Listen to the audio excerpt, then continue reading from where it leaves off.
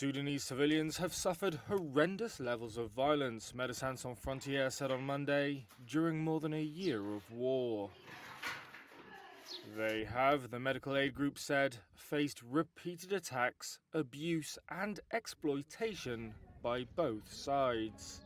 And the physical and mental wounds have been exacerbated, according to an MSF report, by the collapse of Sudan's healthcare system and a lack of international humanitarian response. Vicky Hawkins is General Director for MSF Netherlands. Since May, MSF-supported hospitals or premises have been hit by shelling or airstrikes at least 5 times in Omdurman, Khartoum and El Fasher, leading to the deaths of health workers and patients, including children.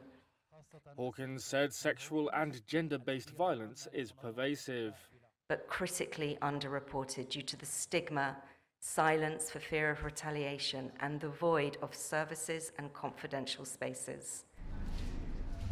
Thousands of war wounded have been treated at facilities MSF supports, Hawkins said, including for gunshot, shrapnel and stab wounds. War erupted in April 2023 between the army and the paramilitary Rapid Support Forces. It was triggered by a plan to integrate the army and the paramilitary forces as a part of a transition to free elections following the overthrow of long-ruling autocrat Omar al-Bashir in 2019. There is no accurate data on how many have been killed, but death toll estimates run into the tens of thousands. The MSF report accused the warring parties of a blatant disregard for human life and international law. Neither side could be immediately reached for comment.